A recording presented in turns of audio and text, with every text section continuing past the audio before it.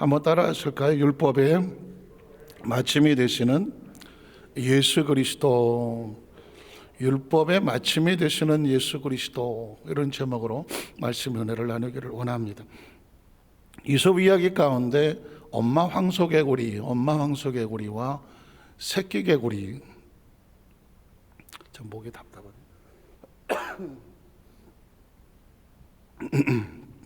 새끼 개구리 이야기를 혹시 기억하실 겁니다. 이솝 이야기가 옛날 얘기니까 다 기억하시겠지만은 새끼 개구리가 맞나? 개구리 새끼가 맞나? 이렇게도 이상하고 저렇게도, 어쨌든 개구리 새끼든 새끼 개구리든 오래간만에 숲밖을 나갔다가 풀을 뜯어먹고 있는 황소를 보게 됐습니다. 우리가 봐도 황소가 굉장히 크잖아요. 등치가 사람보다 크니까. 그런데 개구리가 볼 게 황소는 얼마나 커 보이겠습니까? 잠깐만, 손목이 조금만 치웠어요.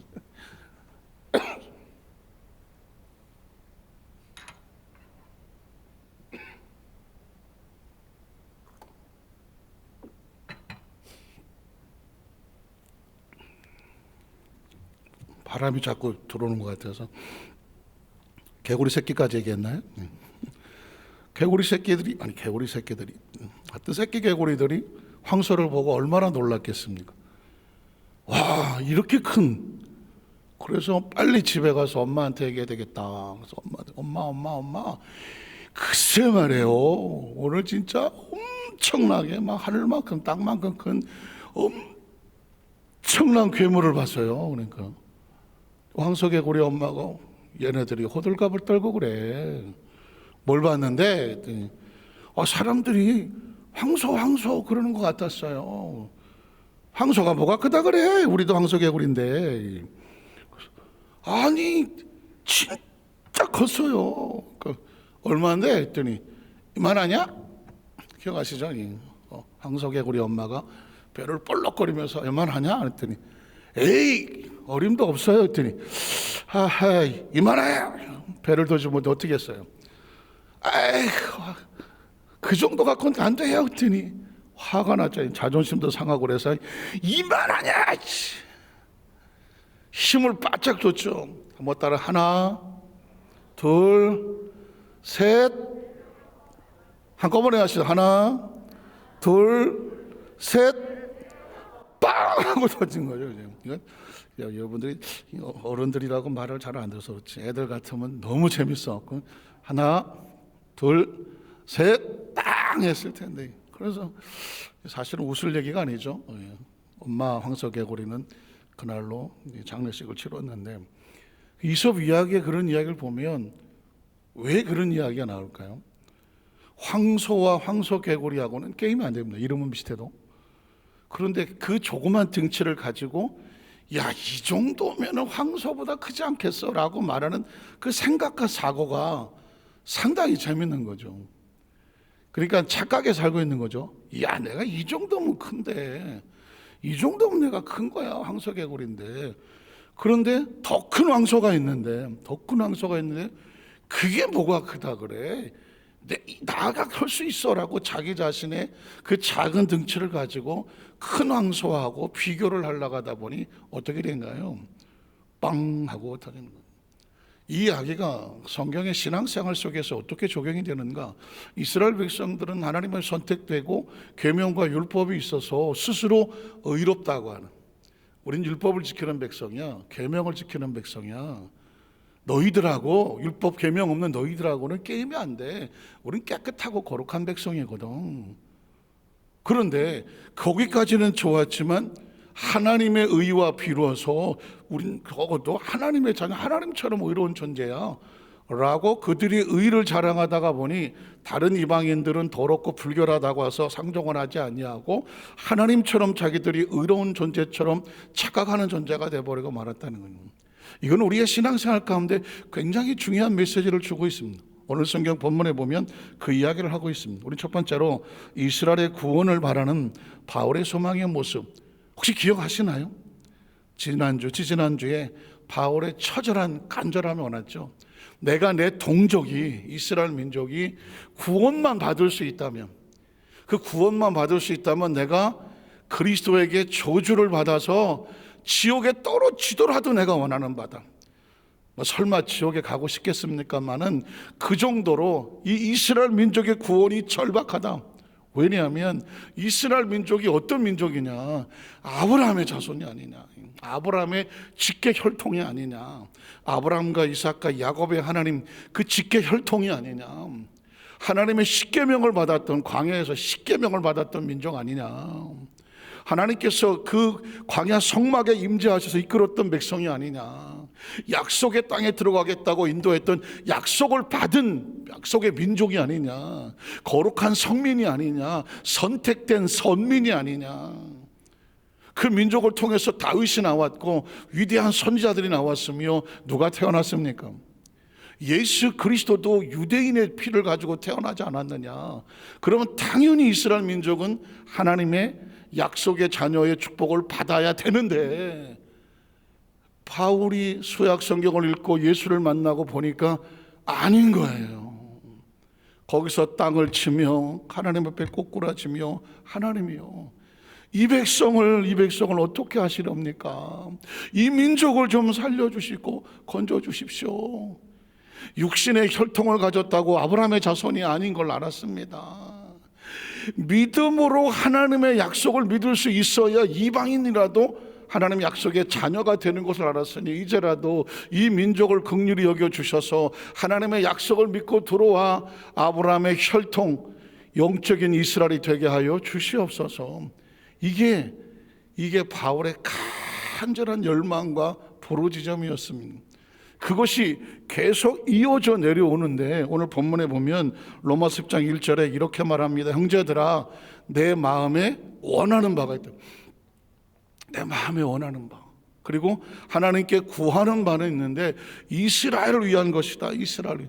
이게 지금 로마서 9장에도 나왔는데요, 로마서 10장에서도 바울은 이 기도 제목에서 떠나지를 못해.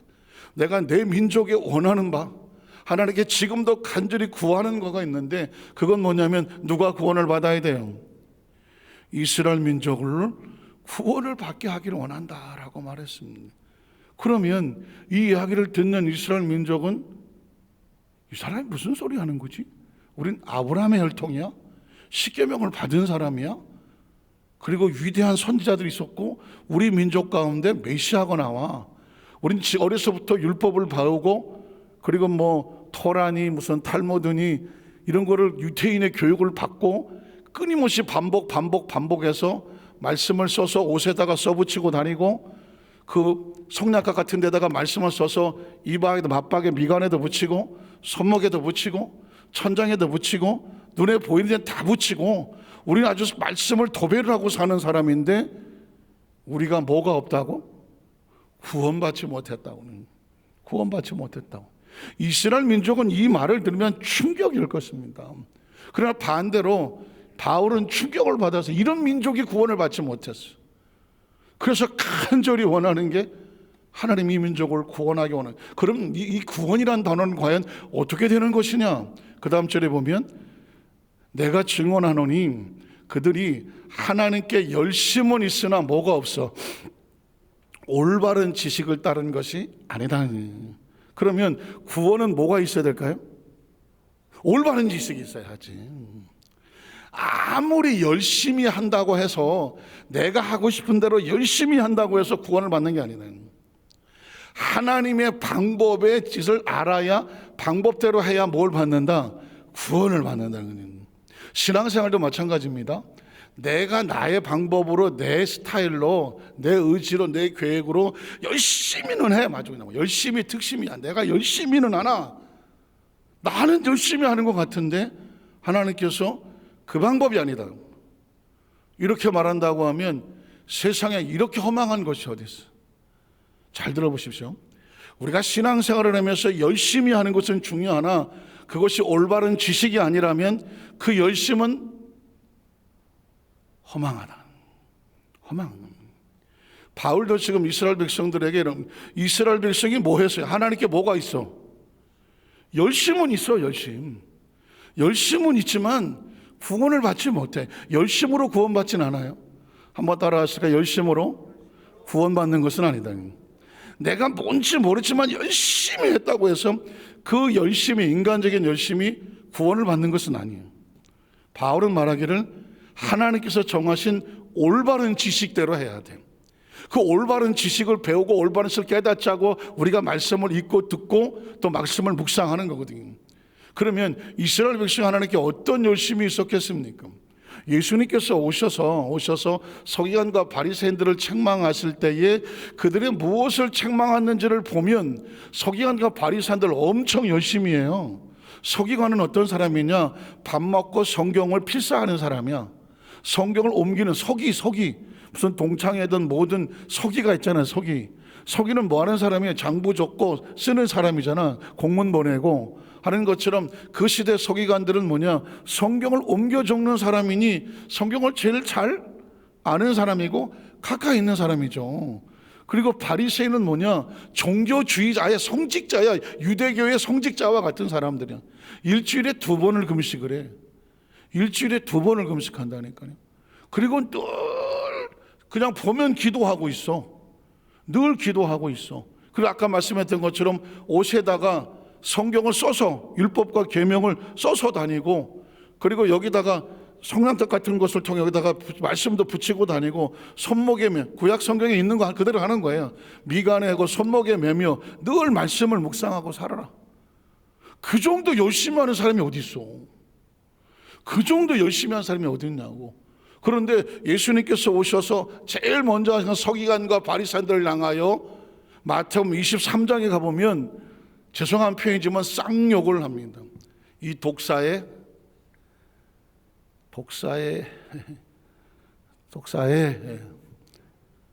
화 있을진저 하면서 그 이 서기관과 바리새인들을 향하여 막 저주를 쏟아붓는데 이유는 뭐냐? 너희가 겉모습은 화려하나 속은 썩었다라고 말하는 것입니다. 엄청난 충격이죠. 겉모습은 화려하다, 열심도 있고 열정도 있다. 그런데 속이 썩었다. 그 이야기는 마치 회칠한 무덤과 같다. 들어보셨습니까? 회칠한 무덤. 이스라엘 백성들의 장래 품습은 이런 바위 같은데 동굴에 좀 연한 데를 뚫어서, 바위 무덤이 동굴 무덤에, 예수님도 마찬가지지만 동굴을 파고 들어가서 평면하게 만들고 거기다가 시신을 안치하고 바위로 뚜껑을 돌문을 닫았잖아요. 그래서 예수님께서 마르다에게 돌문을 옮겨놔라 하시는 거 들어보셨죠? 그랬으니 무덤을 그렇게 하고 난 다음에 사람들이 무덤은 왠지 꺼리니까 어떻게 합니까? 거기다가 하얗게 회칠을 했어요. 회칠을 해서 놓으니까 보기에는 깨끗하고 좋아. 겉모습은 마치 분을 바른 것처럼 깨끗하게 해놨지만 그 속엔 뭐가 있나요?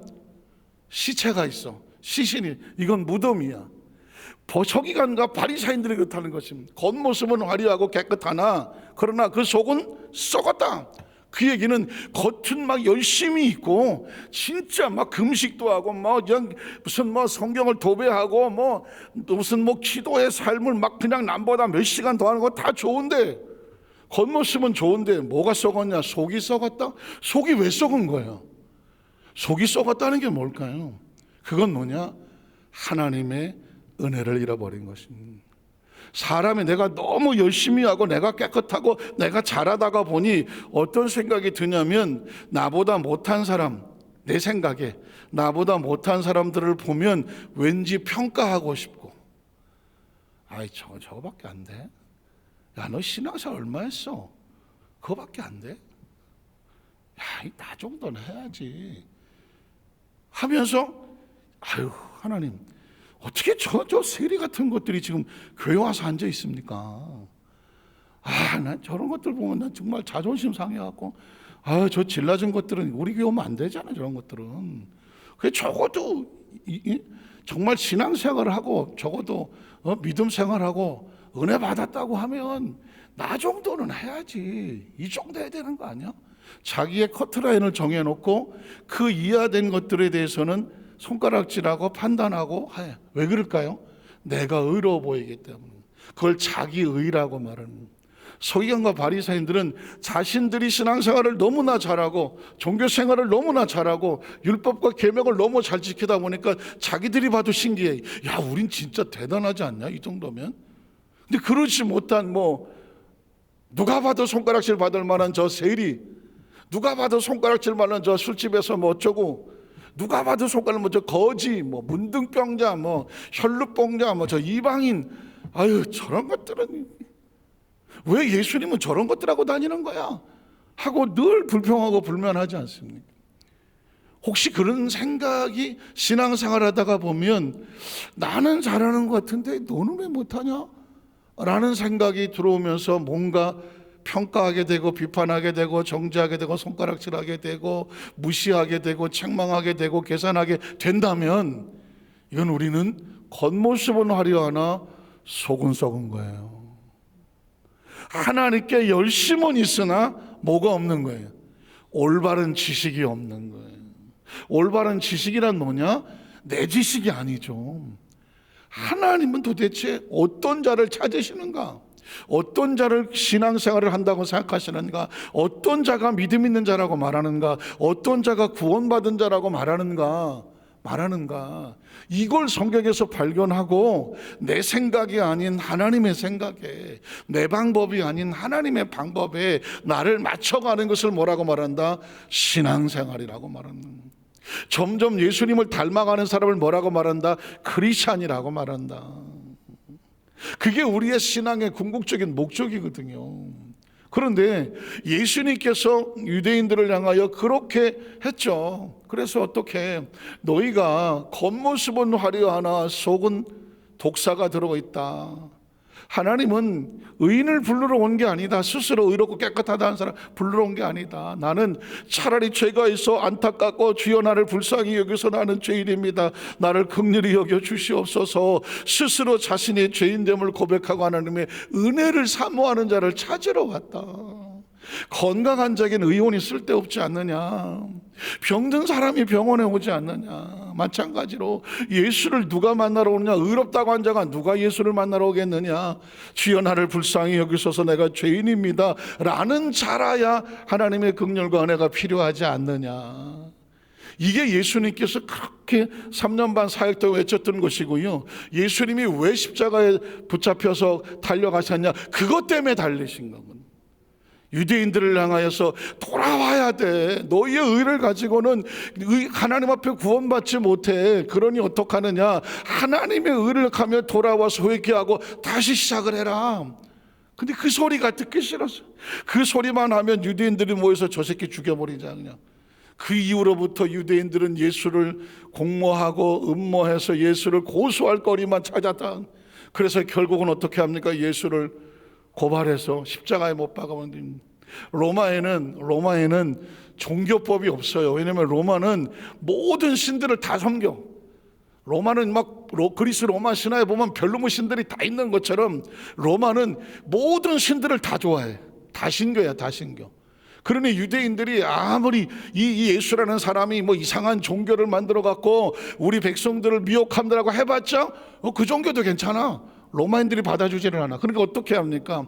빌라도 총독이 이 사람이 정치혁명을 일으키는 반역자라고 고백을, 정치범으로 고발을 당한 거예요.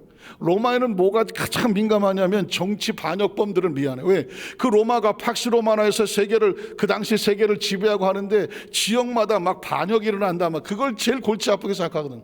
그러니까 예수님께서 무리를 몰고 다니니까 저 사람들이 로마에 반역하려고 한 사람이라고 말하니까 그러면 안 되지 해서 예수를 잡아다가 십자가에 달은 것이거든요. 그러니까 유대인들은 그 당시에 예수 십자가에 그렇게 못을 박아서 세월이 지나서 바울은 유대인이잖아요. 구약에 전공한 사람이에요. 그런데 예수가 옳았다는 얘기를 누가 말하고 있느냐? 바울이 말하고 있는 거죠.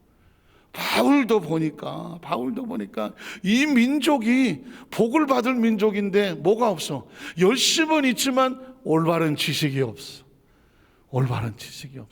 사랑하는 성도 여러분, 성경을 열심히 읽기는 해. 그러나 올바른 깨달음이 없다면, 성경을 열심히 외우기는 해. 그런데 그 말씀대로 살지 않는다면, 열심히 성경을 공부해갖고 퀴즈만 하면 100점을 맞아. 그런데 그게 나의 삶을 지배하지 못한다면, 그러면 그건 나하고 아무런 관심이 없어요. 열심히 있다고 해서 다 구원받는 것은 아니다. 뭐 해야 된다? 그 말씀 안에 올바른 지식을 가져야 된다. 그래서 바울은 그 다음 절에 보면 그걸 유대인들에게 알려주기를 원한 거예요. 하나님의 의를 모르고, 자, 하나님의 의는 어떻게 얻는다고 말했죠? 아브라함이 하나님의 약속을 믿으니 이것을 그의 의로 여겼다는. 인간은 자기 행위를 가지고 절대로 의로워질 수 없어. 황소개구리 엄마야, 이 정도면 감춰야 되겠네. 이 정도면 내가 의롭지 않습니까 하나님? 이런 거거든. 황소개구리 엄마가 이 정도만 하면 되지 않냐. 우리가 감히 하나님 앞에서 하나님 내가 이 정도 의로우면요 구원받을 만하지 않을까요? 아무리 배에다 힘을 줘봤자 하나님의 의에는 근처도 못 가는 거예요. 그래서 인간이 하나님의 의를 얻으려면 방법은 딴 것 없어. 하나님 앞에 올바른 지식은 뭐냐? 하나님이 우리에게 약속해 주신 것을 믿고 그분을 신뢰하고 따라가는 거예요. 그러면 그게 뭐가 되냐면 그게 나를 믿음으로 의롭다고 여겨주시는 거예요. 우리는 뭐 깨끗하게 뭘 하면 의로워지는 것 같지만 의란 뭐냐? 하나님께서 우리에게 다가오도록 허용해 주시는 게 의예요. 와도 좋다 여겨주시는 거지. 뭐 이번 명절 때 자녀들 많이 만나 같이 시간 보내셨겠지만 자식하고 부모 사이에 예의는 있어야 되겠지만 예의와 예식이라는 있으면 좋겠지만 부모와 자식 가운데 있는 데 있어서 거기에 자식이 나한테 다가오는데 걔가 자식으로서 부모에게 모든 격식을 잘 차려야 이제 네가 내 자식이다 하십니까? 그건 아니거든요. 이게 내 자식이란 그거 하나로 얘는 나한테 모든 것이 다 허용이 돼. 그가 선을 넘지 않는다면 그냥 하는 거 다 자체가 부모가 보기에 열심히 하려고 애를 쓰는 것 자체가 그것만 해도 정말 보기도 좋고 애쓴다 막 마음에 감동이 되잖아요. 우리가 하나님 앞에 뭘 어떻게 하면 하나님께서 너 대단하다 하겠습니까? 하나님 우리를 그냥 여겨주셔야 돼. 네가 그 처지에서 그렇게도 하려고 하는구나. 네 여건을 내가 아는데 네가 그 정도까지 하려고 하는구나. 내가 볼 때 그냥 가슴이 벌렁벌렁하다. 하나님 우리 여겨주셔야지. 내가 뭘 이만큼 했으니까 하나님 나 대단하죠 할 수 있다 없다? 어림도 없는 거죠. 그래서 이방인 이스라엘 백성들은 자기들이 뭘 율법을 잘 지켜갖고 이 정도 의를 이뤘다고 하려고 했지만 벌써 하나님 앞에서는 그게 안 돼.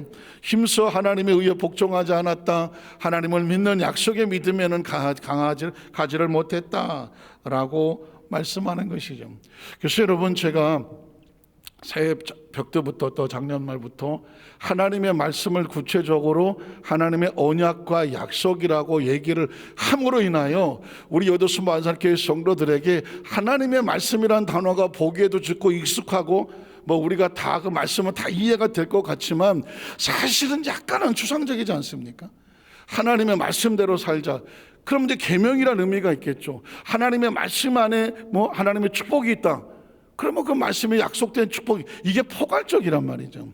그런데 이 신앙의 핵심을 우리가 하나님의 약속으로 가슴에 끌어안아서 하나님과 나 사이에는 약속으로 맺어진 관계고 우리는 약속을 믿고 나가면 하나님 약속을 이행하시기 때문에 그 가운데 죄사함의 역사가 나타나고 약속을 이행하시기 때문에 성령도 약속대로 부어주시는 것이고 그 약속 가운데 내가 너를 치료하시겠다고 말씀하는 거고 약속대로 예수님께서 메시아가 오면 그가 징계를 받음으로 우리가 평화를 누리고 그가 채찍에 맞음으로 너희가 나음을 얻었고 믿으십니까?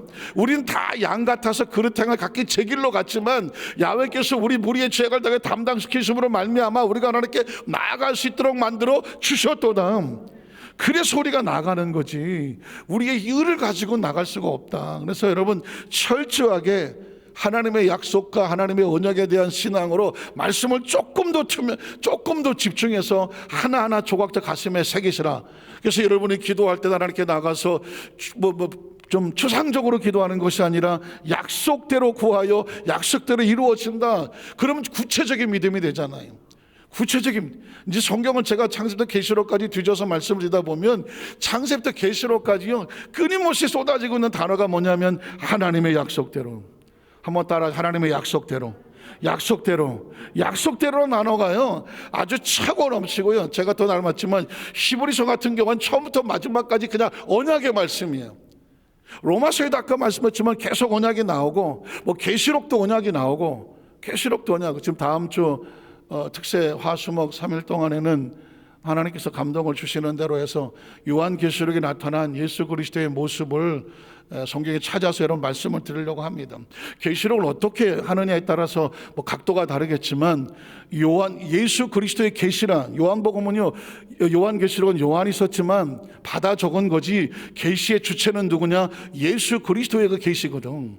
그러니까 요한계시록에서 이렇다 저렇다라고 잘못 해석하는 것보다 계시하신 예수님의 모습을 찾아내가면서 계시록을 이제 처음 접근을 하고 앞으로 특세할 동안은 매달마다 3일씩 할 때마다 요한계시록에는 예수님의 모습을 찾아가면서 차근차근 찾아가고, 그 다음에 이제 또 그것이 끝나지게 되면 다음에는 계시록에 있는 약속의 말씀을 찾아가면서 이제 우리 여의도서 안산교회 성도들에게 계시록의 뚜껑을 제가 조금씩 열어가려고 해요. 왜냐하면 그 속에 흐르고 하나님의 약속의 의미를 제가 정확히 깨달았기 때문에 그래요. 이 이단이라고 하는 존재는 마지막에 모든 것이 다 계시록에서 이루어졌다, 계시록에서 구원이 나온다, 계시록을 알아야 된다 식으로 계시록으로 몰고 가. 그런데 정확하게 해석하는 사람이 아니라 자기 중심적으로 해석을 하기 때문에 이단이 거기서 나오는 거거든요. 그러면 여기랑 대학을 하려고 하면 우리는 성경 속에 있는 계시록에 있는 예수님의 모습을 정확하게 알고 우리가 무장을 하면 뭐 할 수 있느냐? 이단을 대항할 수가 있는 거죠. 믿으십니까? 그래서 여러분 기도 많이 하시고 다음 주 화수목 특별 새벽 예배 때 우리가 함께 말씀을 상고하면서 요한계시록에 나타나고 있는 예수 그리스도의 모습인데, 이게 그냥 절절히 한 절 속에 예수님의 모습을 아주 다양하게 계속 기록해 되고 있어요. 이것만 가지고 찾아내도 예수님이 어떤 분인지를 계시록에 아주 다양하게 나와요. 저는 다른 거 다 잘라놓고 예수님의 모습만 찾아서 여러분에게 말씀을 드리려고 합니다. 왜냐하면 그래야 뭘 알게 되느냐? 예수님이 누구인지를 알게 되고, 우리 예수님과 우리 관계가 어떤지를 알게 되고, 예수님도 우리가 뭘 하시는지를 알게 되고, 마지막 시대 예수님께서는 우리에게 어떤 모습으로 다가오시는지를 알게 되기 때문입니다. 자, 어쨌든 이스라엘 백성들은 그래서 이런 하나님의 예수를 믿음으로 얻어지는 그 의를 알지 못하고 복종하지 못했다는 것입니다. 그래서 두 번째로 이제 마지막인데요, 그렇다면 다른 게 아니죠. 하나님의 의를 얻으려면 어떻게 돼요? 예수 그리스도를 믿음으로 얻는 거죠. 예수를 믿는다는 게 뭔가? 저는 어렸을 때 예수를 믿었지만 예수를 믿는다는 단어가 추상이야. 주 예수를 믿으라, 그리하면 너와 내 집 구원다. 믿는다. 이건 머릿속에 박혀있는 단어지만 이것만 가지고도 부족해. 그래서 우리 성도들에게 어떻게 하면 믿는다는 게 뭘까? 이걸 좀 구체적으로 쪼개서 더 성도들에게 알려주고 싶은 것이 제 마음의 소원인데, 예수를 믿는다는 것은 뭘까? 예수가 누구인지를 알아야 믿을 거 아닙니까? 주는 그리스도시요 살아계신 하나님의 아들입니다. 베드로의 신앙 고백이면 최고인 줄 알았지. 뭐 그 이상 뭐가 있겠어요. 그러나 가만히 생각해 보니까 예수는 뭐냐? 하나님이 우리에게 주신 약속의 증표요, 약속의 증거자요, 약속의 증인이요, 약속의 대언자요, 약속의 길이요, 약속의 진리요, 약속의 생명이니 그 약속으로 말미암지 않고는 아버지께로 올 자가 있다 없다? 없는 거잖아요. 예수님은 항상 약속을 하셨습니다. 내가 아버지께로 가면 내가 다시 온다고 약속을 하셨지. 그래서 예수님이 가시는 곳곳마다 약속을 하신 거예요. 그래서 예수님을 찾으면 뭐가 나온다? 약속이 나오고, 약속을 찾으면 누가 나온다? 예수님이 나와. 그러면 그 약속과 예수님을 찾으면 약속하신 하나님이 나와. 믿으십니까? 약속하신 하나님이 나오고, 그 약속의 주체인 예수님이 나오고, 예수님 약속의 내용이 나오고, 그럼 뭐가 돼? 우리에게 주신 삶은 지금 그 약속이 이루어지는 삶이에요. 약속이 이루어지는 삶이니까 그 약속을 누리고 사는 삶을 뭐라고 말한다? 신앙생활이라고 말합니다. 그게 성경의 창세 계시록까지 우리에게 펼쳐지고 있는 언약의 세계고 약속의 세계거든요. 자, 로마서 10장 4절, 이제 마지막 4절만 하면 끝이 나겠는데요. 그러면 그리스도는 모든 믿는 자에게 의를 이루게 하여. 자, 예수가 누구냐? 바울은 여기서 이렇게 말하는 것입니다. 모든 믿는 자에게 의를 이루기 위해서 율법이 뭐가 됐다? 마침이 됐다. 이 이야기는 제가 좀 쉽게 설명을 하면, 십계명을 하나하나 일일이 다 지켜야 율법을 지키는 것으로 생각을 해서 이 유대인들은 그 십계명의 계명 하나하나를 가지고 내가 1계명 지켰습니다, 2계명 지켰습니다, 3계명을 지켰습니다, 이렇게 해서 그 계명을 지키는, 그래서 나는 7개 지킨 사람이야. 너 몇 개 지켰어? 5개. 이씨 까불지 마. 나 7개 지켰어. 7개. 나 10개. 계명을 지키는 걸 계급으로 알고, 계명을 지키는 걸 신앙의 수준을 알고 이렇게 자랑하려는 그들을 향하여 예수님은 우리에게 뭐냐? 예수님은 계명을 다 지켜놓고, 예수님이 다 지켜놓고 예수를 믿으면 우리가 뭐한 자가 되느냐? 계명을 지키는 자가 돼. 이해가 되십니까? 이런 거예요. 내가 식당에서 가격을 다 지불해 놨어. 가서 뭐 하면 돼? 먹으면 돼. 근데 거기 가갖고 얼마나 해야 돼요? 정말 그 다 냈어요? 하고 거기 가서 에이 설마 한 50% 내야 되나? 아이 그래도 한 70% 내야지, 이러고 앉아있는 건 못 믿는 거고, 내가 다 이루었으니까 가서 먹어라, 다 지불해 놨으니까 내 이름 대고 먹어라. 그럼 어떻게 돼? 가서 믿는 자가 가서 먹는 거잖아. 율법이라는 것은 우리에게 너 이거 잘못해, 이거 잘못했지, 일일이 따지면 거기서 살아남을 자가 없어. 1계명을 지킨 것 같은데 2계명이 튀어나오고, 2계명 지켰는데 3계명이 튀어나오고, 5계명 지켰는데 뭐 7계명이 튀어나오고, 이걸 내가 지키려고 하니까 완전히 율법을 지킬 수 있는 사람이 없어. 아니 한동안 지킨 것 같지만 다음에 또 걸리고 이래. 그런데 예수님은 뭐냐? 인간은 어느 누구를 막론하고 하나님의 계명, 하나님 앞에 의로울 자가 없어. 이해가 되십니까? 인간은 어느 누구를 막론하고 10계명을 다 지켜갖고 완벽하게 평생을 살아갈 사람이 없어. 그러니 애시당초부터 계명을 지키지 못한 우리 존재가 계명대로 심판하시면 살아남을 인간이 하나도 없어. 그래서 예수님께서 어떻게 약속대로 이 계명은 언약의 백성이니 이 백성 건져내야 되겠는데, 계명을 누가 이루시느냐? 예수님이 이루어 주시는, 십자가에서 다 이루어 주심으로 말미암아 이제 너희는 예수의 이름으로, 예수 이름으로 율법의 마침에서 예수를 통하여 계명이 아닌 하나님의 약속을 믿음으로 하나님 신 의를 가지고, 믿음의 의를 가지고 어떻게 하나님께 나아가는 자가 되어지는 것입니다. 믿으십니까? 그래서 그 얘기를 히브리서 10장에 보면 이렇게 말하는 거예요. 예수님이 온전히 이루어 놓으신 것을 히브리서에서 이렇게 증거하고 있습니다. 읽고 마치겠습니다. 그 후에 말씀하시기를 보시옵소서, 내가 하나님의 뜻을 행하러 왔나이다 하셨으니, 그 첫째 것은 율법이에요. 그 10계명 율법을 폐하신 것은 둘째 것을 세우려 하시는 것이니, 폐한다는 얘기는 예수님이 다 그 율법을 지켜놓으시면, 이루어 놓으시면 폐해진 것이거든. 그러나 그건 폐해진 것이 아니라 예수님이 이루어 놓은 것을 우리가 덧입기 때문에 율법은 여전히 세워져 있다 얘기죠. 이 뜻을 따라 예수 그리스도의 몸을 단번에 들이심으로 말미암아 예수님 때문에 누가 거룩해져? 우리가 거룩함을 얻어노라. 12절 14절에 보면 오직 그리스도는 죄를 위하여 한 영원한 제사를 드리시고, 한 번의 영원한 제사를 드리시고 하나님 보좌 우편에 앉으셔서 다 이루셨으니까 그 후에 자기 원수들을 자기 발등상에 되게 할 때까지, 심판 날까지 기다리시니, 자, 그가 거룩하게 된 자들 누굴 것 같아요? 저와 예수님을 그대로 믿으시면 아멘 하십니다. 예수를 믿는다는 얘기는 딴 게 아니라 예수님의 거룩함을 덧입은 자. 그래서 우리를 뭐라고 말하느냐? 거룩하게 된 자들. 거룩한 자들이 아니라, 우리가 뭘 해서 거룩한 자들이 아니라 거룩하게 된 자들. 믿으십니까? 한 번의 제사로 영원히 온전히, 한 번의 제사로 영원히 어떻게 온전하게 됐다는 거죠. 그리고 이거는 우리의 능력이 아니라 하나님이 한 번에 영원히 예수를 통하여 덮어주셨기 때문이죠.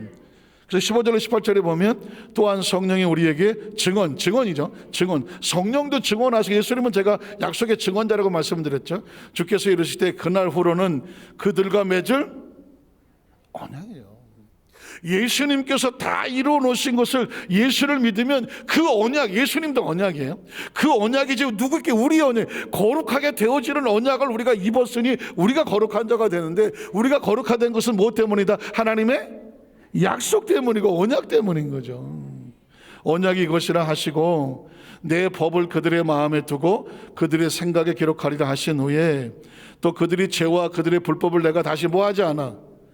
기억하죠. 왜? 거룩하게 되었으니 이미 되어진 자에게 지나간 과거를 들추할 이유가 없다 하셨으니, 그 다음 절에 보면 이것들을 사하셔서 다시는 죄를 위하여 제사 드릴 것이 뭐하다?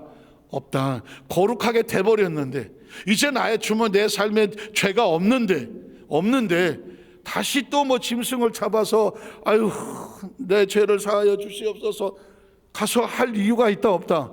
없다. 왜? 예수님의 제사, 예수님의 십자가가 단번에 영원히 온전하게 거룩하게 하셨느니라는 거죠. 그래서 예수님을 뭐라고 부른다? 율법의 마침이 되셨다. 이제 다시 우리가 율법을 지키느냐 안 지키느냐, 몇 개를 지키느냐, 많이 지키냐 적겠느냐, 이걸 가지고 우리가 뭐 반만 의롭고 뭐 중간만 의롭 없냐, 이걸 서로 따지고 할 것이 아니라 어차피 우리는 모두 다 도토리 기적이야. 우리가 의로우면 얼마나 의롭고 우리가 또 부족하면 얼마나 그냥 우리끼리는 다 도토리 기적이야. 그런데 우리가 다 한 번에 어려워진 것은 뭐냐? 예수님 때문이고, 그 예수님의 율법의 마침 때문에 된 것이니, 은혜에, 그래서 모든 것이 은혜라고 감사하는 것은 그 은혜에 감사하는 것이고, 피 차이는 어떻게 봐야 돼? 아유, 이게 몇 개 지켰나 봐야 돼. 어떻게 봐야 돼? 불쌍히 여겨야죠. 아유, 우리 형제님도 정말 하나님의 은혜 속에 거룩하게 되셨으니 얼마나 감사하시고, 아유 우리 자매님도 하나님 은혜 가운데 거룩하게 되었으니 피차에 우리를 어떻게 봐주냐? 거룩하게 된 자로 봐줘. 물론 부족하지, 모질라지, 승질도 아직 안 죽은 것 같고 뭐 아직도 부족하고 모질라 보이지. 그러나 그건 우리끼리 볼 때 그런 거지만 하나님은 우리를 의로 여겨 주시는 거니까, 하나님 우리 여겨 주셔서 거룩한 자로 여겨 주시는 거니까 그것도 하나님의 은혜. 피차 우린 그래서 어떻게 서로를 어떻게 여겨라? 긍휼히 여기고 불쌍히 여기고 소중히 여기고 거룩한 하나님의 의로 여겨 주어서 함께 손잡고, 우리는 이 동시대에, 이 시간대에 우리 요즘 안산교회 공동체에서 함께 손잡고 천국을 가는 동기동창이요, 같은 시간에 여행을 하고 있는 우리는 같은 공동체 사람인 것을 기억하면서 주님 오시는 그날까지, 또 주 앞에 가는 그날까지 우리 서로 밀어주고 땡기면 안 되나? 밀어주고 끌어주고 함께 모여서 천국 가는 그날까지 한 사람도 달라가지 아니하고 천국까지 무사히 잘 가는 우리 모두가 되시기를 주님의 이름으로 축복합니다. 기도하겠습니다. 하나님 아버지 감사합니다.